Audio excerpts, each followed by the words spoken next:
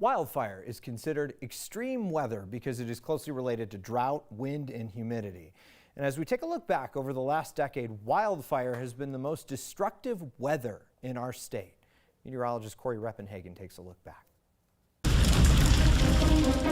10 of the top 15 largest wildfires in Colorado history happened over the last 10 years. The first major wildfire of the decade started on September 6, 2010 in Boulder County. The 4 Mile Canyon fire quickly became the most destructive fire in Colorado history at that point, as it destroyed 169 homes. On March 26, 2012, embers from a prescribed burn escaped containment and sparked the Lower North Fork fire. It burned 23 homes and killed 3 Jefferson County residents. To this day, the Lower North Fork fire stands as the deadliest in Colorado history in terms of civilian losses. Later that year, on June 9th, a lightning strike started the High Park fire in the foothills of Larimer County, which killed 1 person and burned 259 homes. It then became the most destructive wildfire, a ranking it held for less than a month when the Waldo Canyon fire started on June 23rd. That fire swept down from the El Paso County foothills into Colorado Springs, burned 346 homes and killed 2 people. Waldo Canyon did more than $450 million in damage. It's the costliest fire in Colorado history.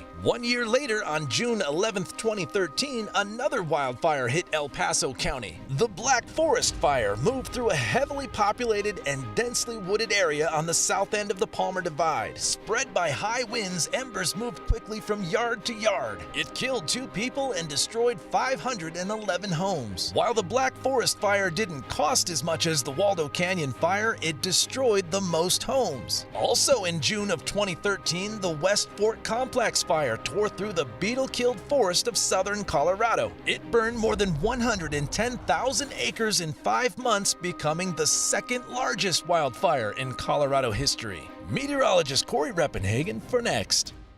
Now, many of those wildfires happened during one of the 2 major droughts in Colorado over the last decade. That drought started in the winter of 2010, and in that time, Colorado was under exceptional drought condition for 25 months.